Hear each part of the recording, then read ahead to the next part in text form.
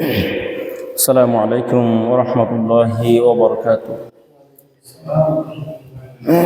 الحمد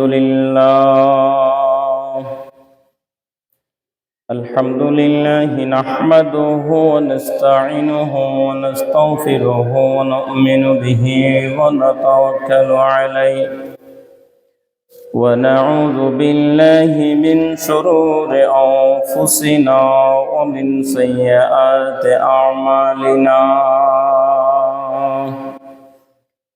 من يهده الله فلا مضل له ومن يضلله فلا هادي له، ونشهد أن لا إله إلا الله وحده لا شريك له، ونشهد أن سيدنا ونبينا وحبيبنا وطبيبنا ومرجانا ومولانا محمدا عبده ورسوله الذي أرسله بالحق بشيرا ونذيرا وداعيا إلى الله بإذنه وسراجا وقمرا منيرا. فقد قال الله تعالى في كلامه المجيد وفي فرقانه الحميد: أعوذ بالله من الشيطان الرجيم. بسم الله الرحمن الرحيم. إن الله وملائكته يصلون على النبي يا أيها الذين آمنوا صلوا عليه وسلموا تسليما. اللهم صل على مولانا محمد وعلى آل سيدنا। শহীদ হলেন ইমাম হুসাইন, আমার নবীর জানে জান। রক্ত লালে লাল হইল কারবালারি ময়দান। আল্লাহুম্মা সাল্লি আলা সাইয়্যিদিনা মাওলানা মুহাম্মদ ওয়া আলা আলি সাইয়্যিদিনা। বালাগাল উলা বিকামালিহি কাশাফাদ দুজা বিজামালিহি হাসনাত জামিউ হিসালিহি সাল্লু আলাইহি ওয়া আলিহি। ইহা हम सब मुसाफिर कोई आखिर ठिकाना, कोई आगे रवाना है कोई पीछे रवाना। बलगल उला बिकमालिही हसनत जमीउ हिसालिही सल्लु अलैहि व आलिहि। चलो मुसाफिर बदले तोड़े बहु दूर जाना है, आज भी जाना कल भी जाना, जाना एक दिन पड़ गए। बलगल उला बिकमालिही हसनत जमीउ हिसालिही सल्लु अलैहि وآله. أعوذ بالله من الشيطان الرجيم. بسم الله الرحمن الرحيم. ربنا ظلمنا أنفسنا وإن لم تغفر لنا وترحمنا لنكونن من الخاسرين. صدق الله العظيم وصدق رسوله النبي الحبيب الكريم ونحن على ذلك من الشاهدين والشاكرين. اللهم رب صل وسلم وبارك عليه. আলহামদুলিল্লাহ, শুকর আদায় করছি রব্বুল আমিন আলিশান দরবারে যে আল্লাহ রব্বুল আমিন আমাদেরকে ভালো রেখে সুস্থ রেখে হানায় কাবার শাখা মসজিদে এসে বসে সেই মনিবের গুণকীর্তন করার তৌফিক দিয়েছেন। সে আল্লাহ রব্বুল আলমিনের দরবার শুকর আদায় করছি। সবাই প্রাণ খোলা আওয়াজ দিয়ে পড়ছি আলহামদুলিল্লাহ।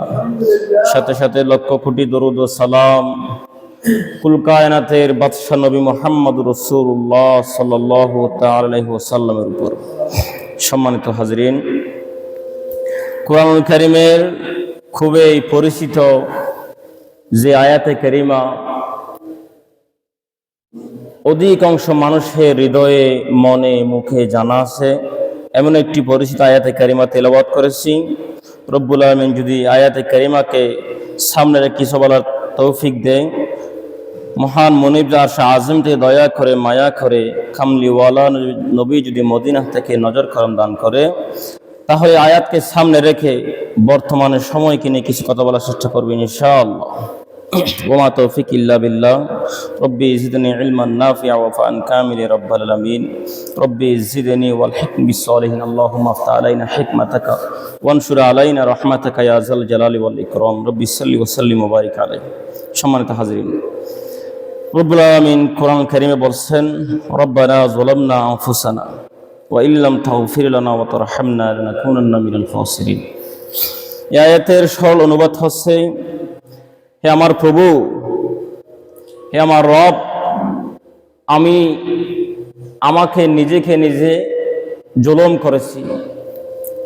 রব্বানা, হে আমার প্রভু, আমার রব, যালামনা, জুলুম করেছি, আনফুসানা, নিজে আত্মাকে নিজেকে, ওয়া ইল্লাম তাগফির লানা, যদি আপনি ক্ষমা না করেন, ওয়া তারহামনা, যদি রহমত না করেন, লানাকুনান্না মিনাল খাসিরিন, তাহলে আমি আমার জীবন সারা জীবন আমি ক্ষতিগ্রস্তের মধ্যে থাকবো, আমরা ক্ষতিগ্রস্ত হয়ে যাব। আপনার রহমত, আপনার দয়া, আপনার ভালোবাসা ছাড়া বাঁচা কখনো সম্ভব নয়। আপনি দয়া করে আমাদেরকে রহমত করুন। ঠিক আছে?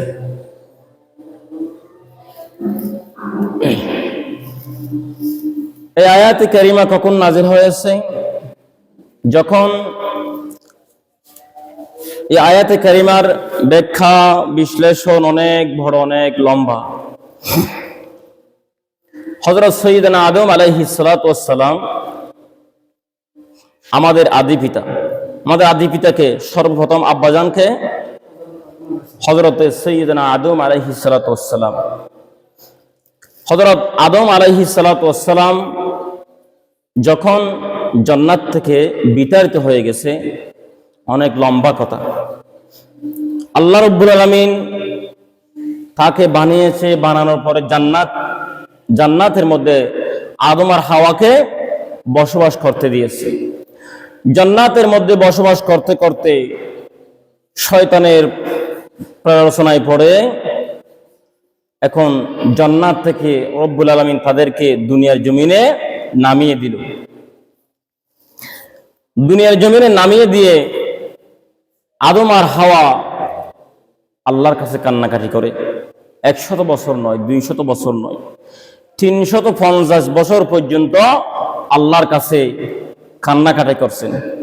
আল্লাহ রাব্বুল আলামিন তখন এই বাক্য শিখিয়ে দিলেন আদমকে। আদম, এই বাক্য নিয়ে আদম আলাইহিস সালাম তাকে ডাকেছিলেন।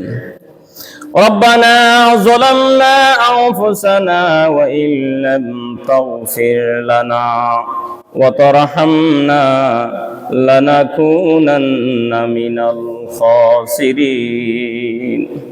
ও আল্লাহ ও আমার রব আর যদি আরে মাপ না করেন আর যদি দয়া না করেন আর যদি ক্ষমা না করেন আয় আদম আর হাওয়া চিরদিন চিরজীবন পর্যন্ত ক্ষতিগ্রস্ত থাকুম হনদিনও আরা অনর রহমত ছাড়া দুনিয়ার জমিনে চলিন না পারিগম অনর দয়া করে আর মাফ করে দন অনর রহমত করন অনর দয়া দি মাগফিরাত দি আর ধন্য করন সুবহানাল্লাহ।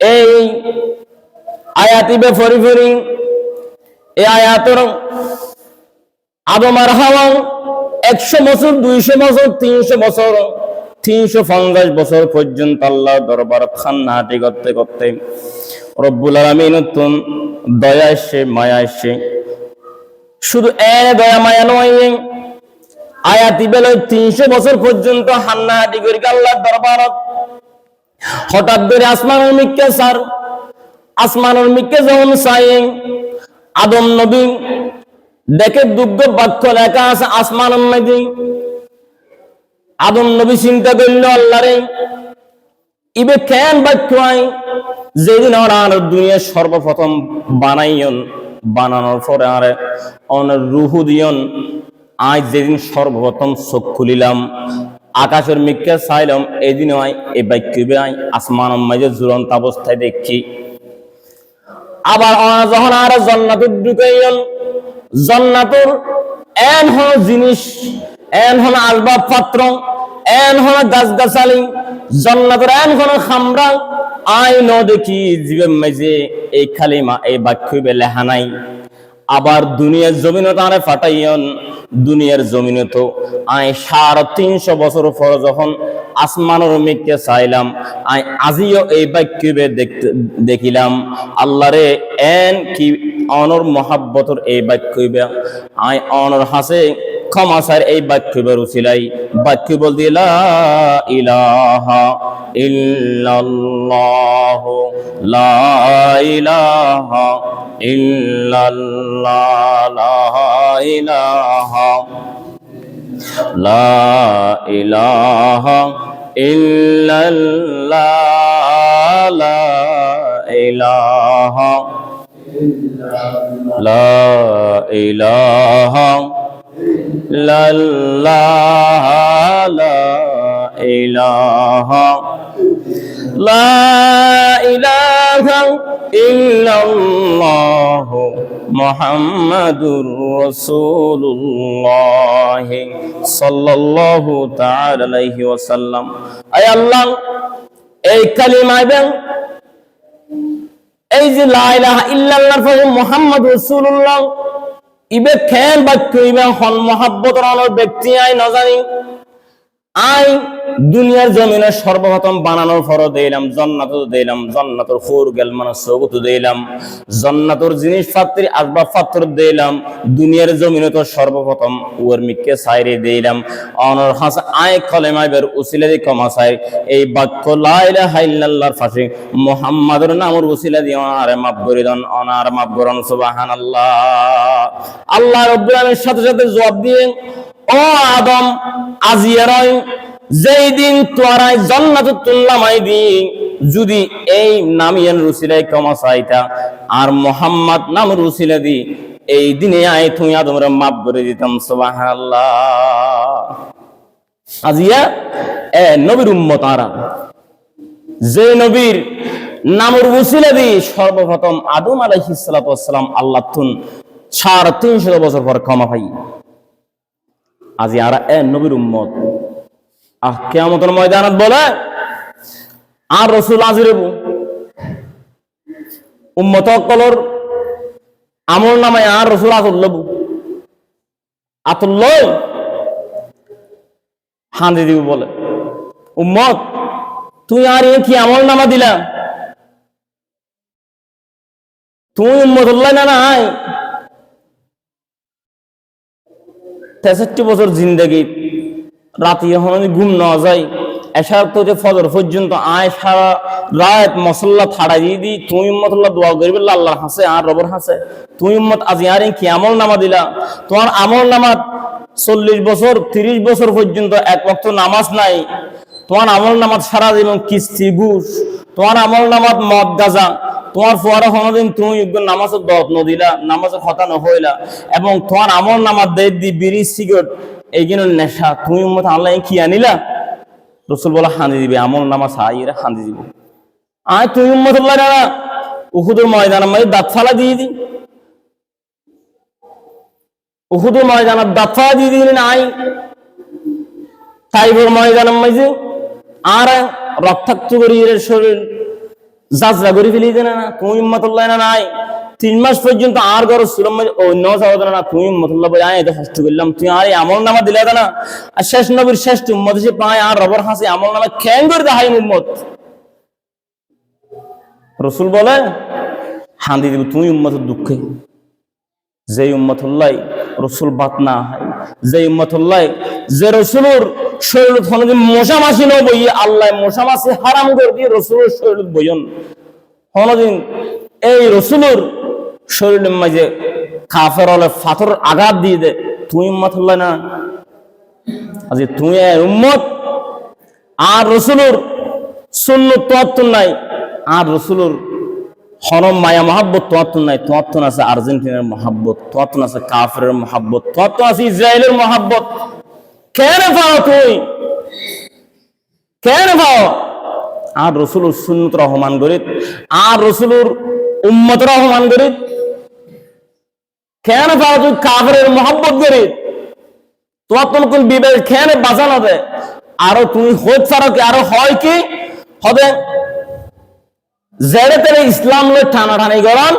উচিত নয় জেরে তেরে মানু খেলা ইসলাম নাই হুয়া ইসলামে খেলা হারাম করি নাকি ইসলামে জুলুম না করে খেলা এনন্দি শরীরের চর্চা খেলা খেলা অনন্দি আর যুবক ফকল ছোট বাচ্চা করো এখন মন আত্মা শান্তি ইসলাম জুলুম করি নাকি ভাই নিষেধ করি ইসলামে কি আর জুলুম না করে বরং সে খেলা তুই হারাম করতে রেখো তো ইহুদিন ছাড়া কাফের হারাম ছাড়া হনদিন হন খেলা খেলে না নখেলিব তো তোমার তো খেলা আল্লাহ নিষেধ ন করে তবে যে কাফের হলে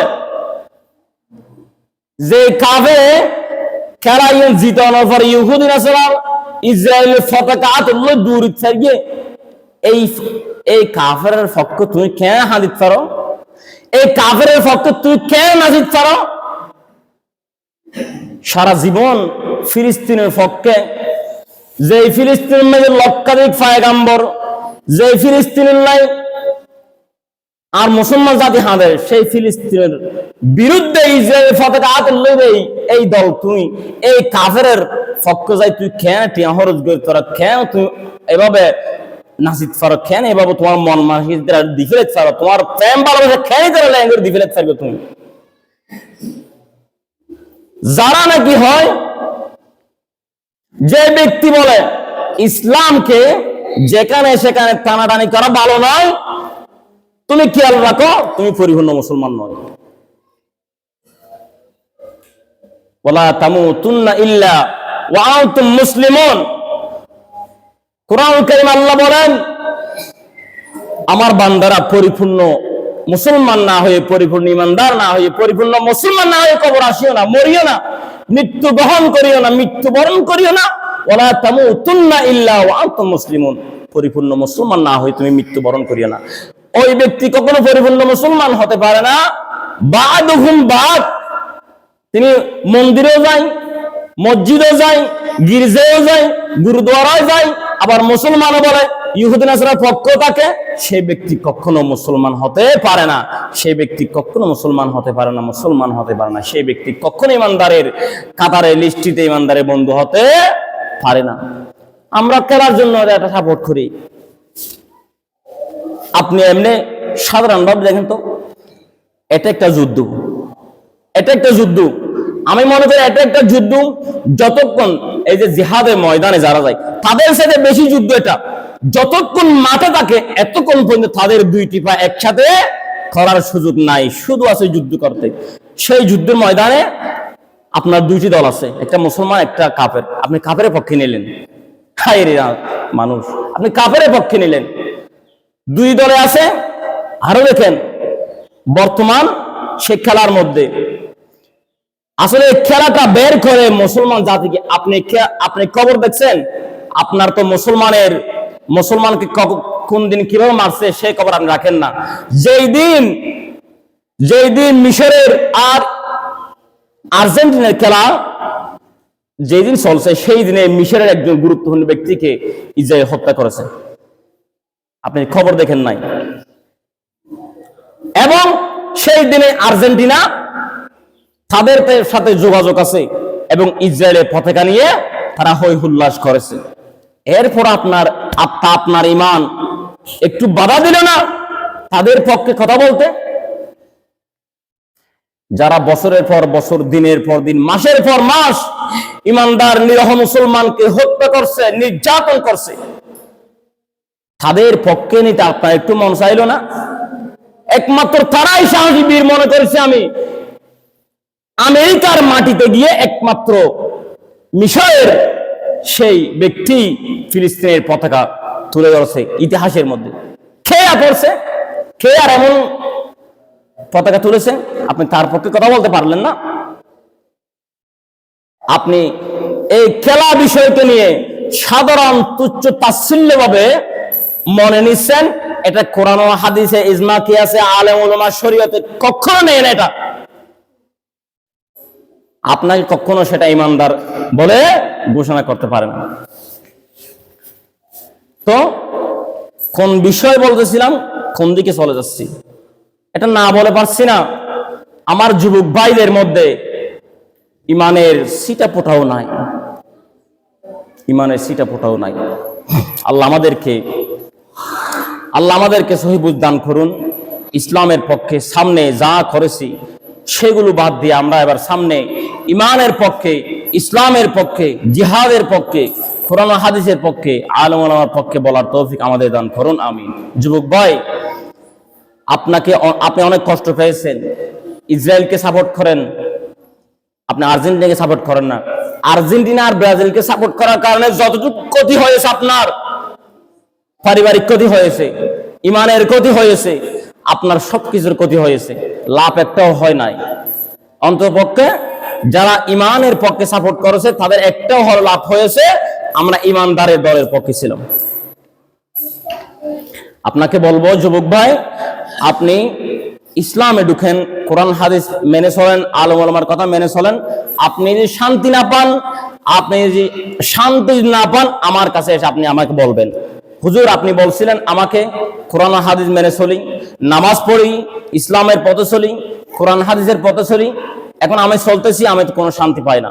তখন আপনি আমাকে এসে বলবেন, নামাজ পড়ে দেখেন এবং ইসলামের পথে চলে দেখেন, কোরআন হাদিসের পথে চলে দেখেন। আল্লাহ আমাদেরকে কোরআন ও হাদিসের পথে চলার তৌফিক দান করুন, আমিন। সম্মানিত হাজিরিন, তো বলতে চেয়েছিলাম হযরত আদম আলাইহিস সালাতু ওয়াস সালাম সেই ফিলিস্তিনের জমিনে আদম নবী থেকে সমস্ত পয়গম্বরের নামাজ পড়েছে। এখন শেষ পর্যন্ত আমার রসুলের নাম দিয়ে উসিলা দিয়ে দোয়া করেছে আল্লাহর কাছে, আল্লাহ কবুল করে নিয়েছেন। তো সেই উম্মত হিসেবে আপনিও জানেন আল্লাহর দরবারে কবুল হতে পারেন। দয়া করে রসুলকে ভালোবাসেন, রসুলের প্রেম, রসুলের মহাব্বত অন্তরে ঢুকান, মিসওয়াক করেন, রসুলের একটা সুন্নত আপনি আঁকড়ে ধরেন। এই মিসওয়াক যারা দাঁতের মধ্যে সমস্যা আছে তাদের জন্য মিসওয়াক অনেক বড় গুরুত্বপূর্ণ। ব্রাশ করলেও মিসওয়াকের মতো হবে না কখনো। মিসওয়াক হচ্ছে এমন একটি সুন্নত, জিবরাইল আলাইহিস সালাম আমার নবীর কাছে যতবার আসছে এতবার মিসওয়াকের কথা বলেছেন। সুবহানাল্লাহ।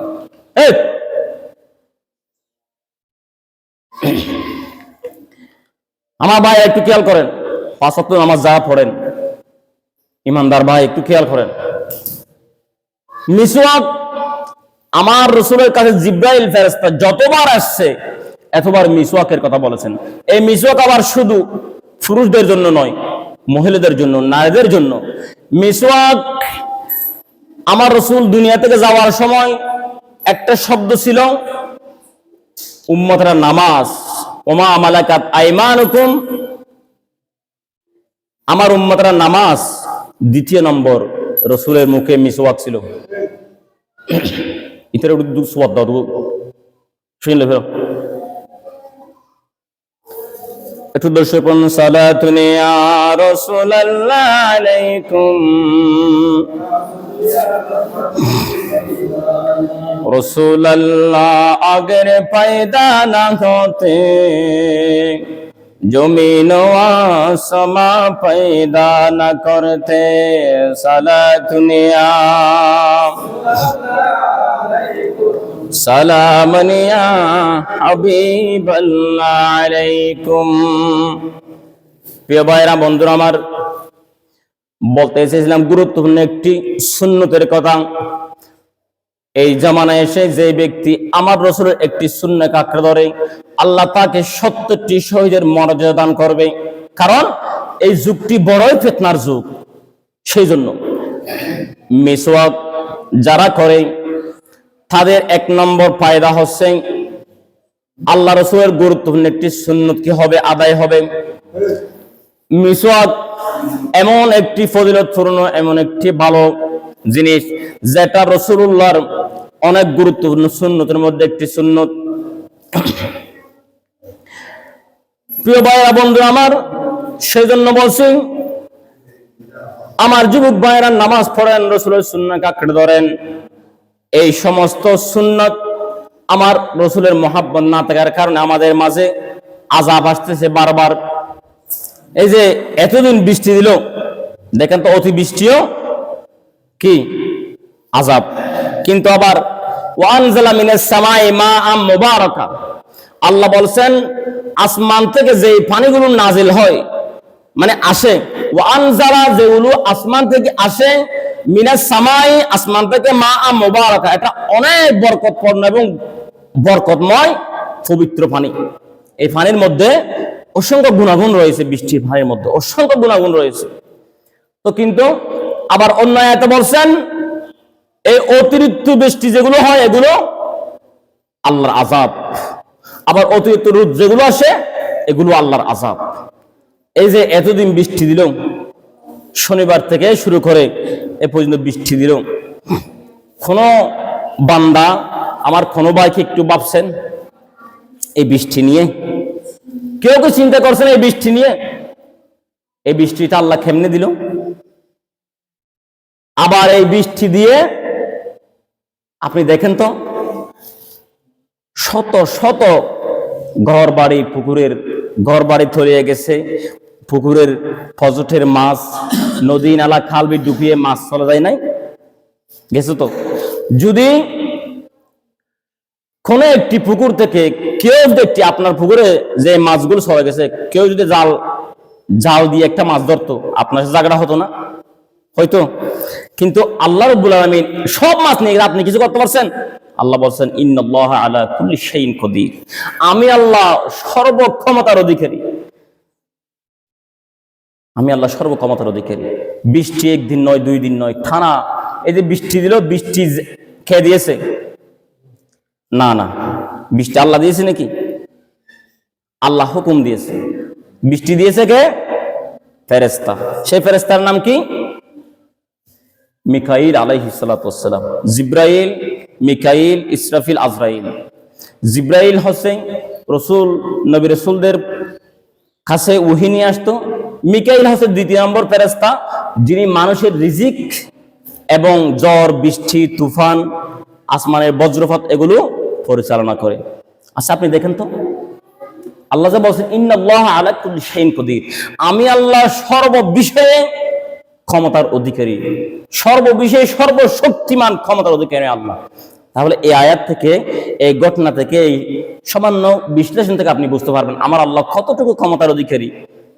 দেখেন হযরত মিকাইল আলাইহিস সালাতু ওয়াস সালাম যে বৃষ্টিগুলো পরিচালনা করছে, শুধু কি আদর্শের আমি দিছি নাকি? নাকি শুধু বাঁশখালী দিছি নাকি? সারা দেশে মুষলধারে তুমুল বৃষ্টি দিয়েছে, দেয় নাই? তাহলে ফেরেশতা তো একজন, মিকাইল আলাইহিস সালাম একজন, এত বৃষ্টি কিভাবে দিল? সারা দেশ পানিতে তলিয়ে গেল। আপনি একটু চিন্তা করেন তো, এত মানুষ সারা পৃথিবীতে, 700 কোটি প্লাস মানুষ আছে বর্তমান পৃথিবীতে, এত মানুষের রিজিক একসাথে তিনি বন্টন করে। আবার সারা দেশে একসাথে যে ঠাড়াল বিজলি বজ্রপাত করে, একসাথে চট্টগ্রাম মারা যায়, রংপুরে মারা যায়, বাঁশখালীতে মারা গেছে একটি ঠাড়ালের কারণে, মারা যায় নাই? তাহলে এত জায়গার মধ্যে একই সাথে সংঘর্ষ ঘটাইলো, বৃষ্টি দিল, বজ্রপাত দিল, আবার সাথে রিজিকও বন্টন করলো। তিনি কে?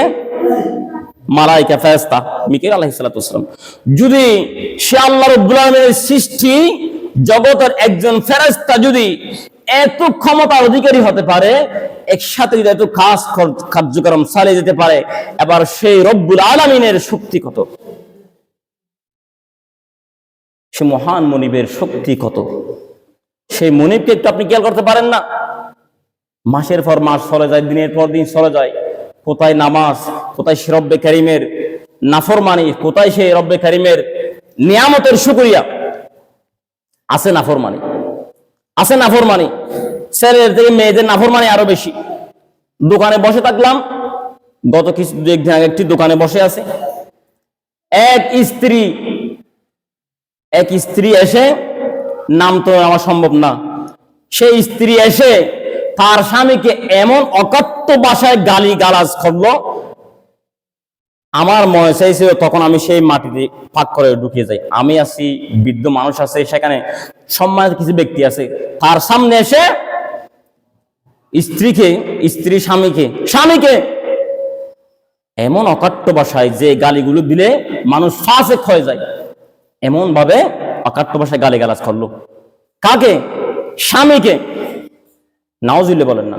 তো সেই জন্য আমার এক ভাই আমাকে 3টা প্রশ্ন দিয়েছে, হুজুর, কোন স্বামী যদি, কোন স্ত্রী স্বামীকে যদি অকথ্য ভাষায় গালিগালাজ করেন, এই স্বামীকে মান্য না করে, তার ব্যাপারে কোরআন হাদিসে কি বলে? আর-রিজালু কাওয়ামুনা আলান নিসাই, আল্লাহর কোরআন বলে পরিবারে পরিচালনা করবে কে? মহিলাকে পরিচালনা করবে কে? পুরুষ। আর-রিজালু কাওয়ামুনা আলান নিসা।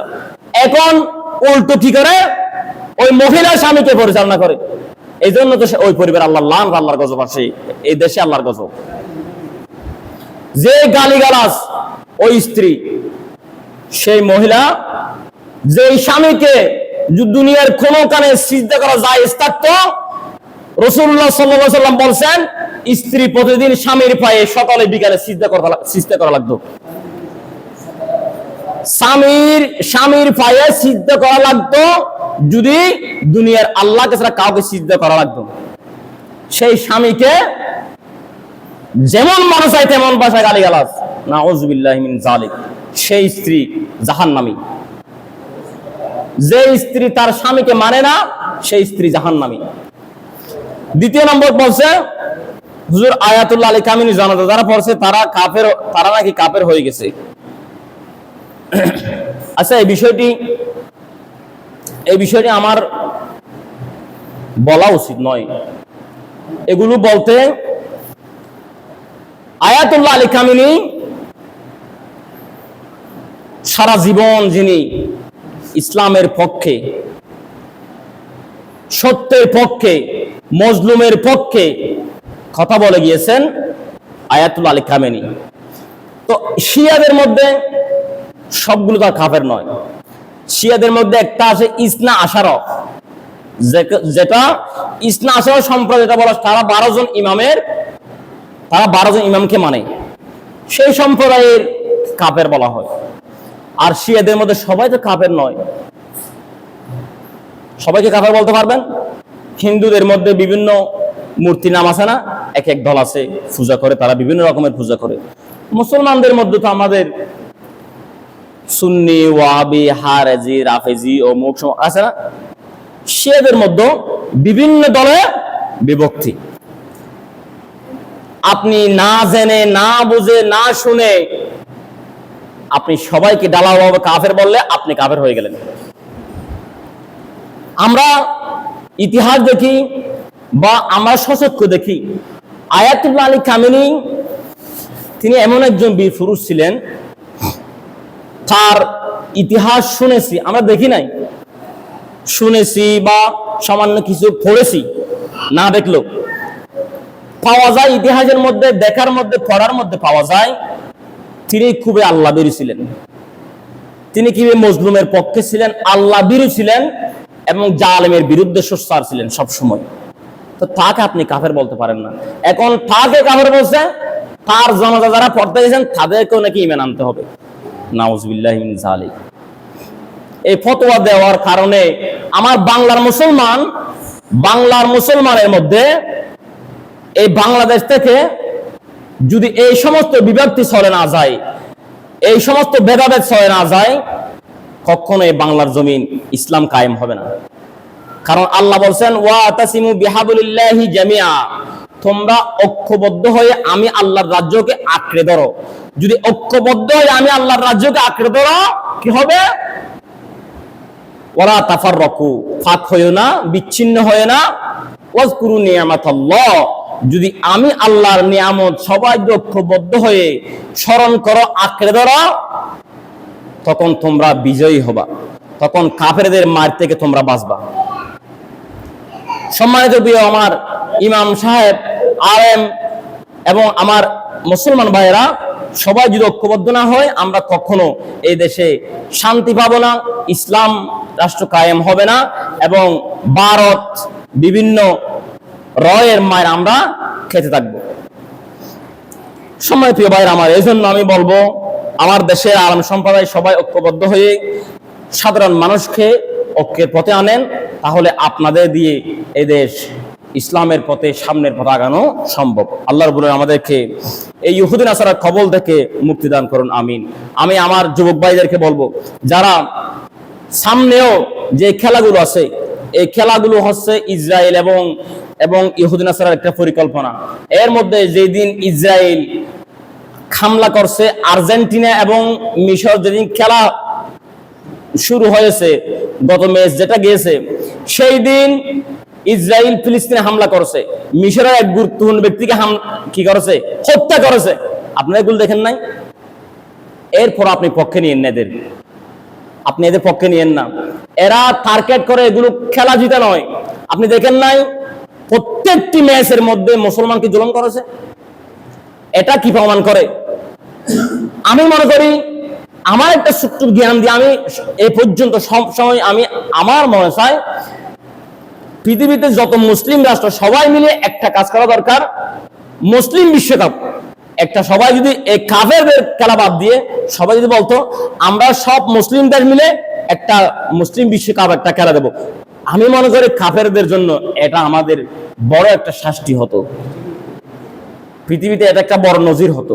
কিন্তু মুসলমানরা তো কাপুরুষ, মুসলমানরা কি কাপুরুষের পরিচয় দিচ্ছে কাফেরদের। আজকে থেকে তোদের সাথে খেলাও খেলবো না, মানবো না, আমরা বেরোয় খেলা, এরকম কোন দল বলে নাই। তারা প্রতিনিয়ত প্রতি খেলায়, কালকেও প্রতি খেলায় কি করছে? মুসলমানের জুলুম করছে। মিশরে জুলুম করে নাই, স্বয়ং সম্পূর্ণ জুলুম করেছে মিশরের সাথে। তো এরপরও কোন মুসলমান তাদের পক্ষে নিয়ে, ইসরায়েল এবং আর্জেন্টিনার পক্ষে নিয়ে কথা বলতে পারেন না। আল্লাহ আমাদেরকে কাফেরের বিরুদ্ধে, ইসরায়েলের বিরুদ্ধে মুসলমান মজলুমের পক্ষে তাকে অভিধান করুন, আমিন। আসসালামু আলাইকুম ওয়া রাহমাতুল্লাহ। সুন্নাত পড়েন নাই যারা, সুন্নাত পড়েন।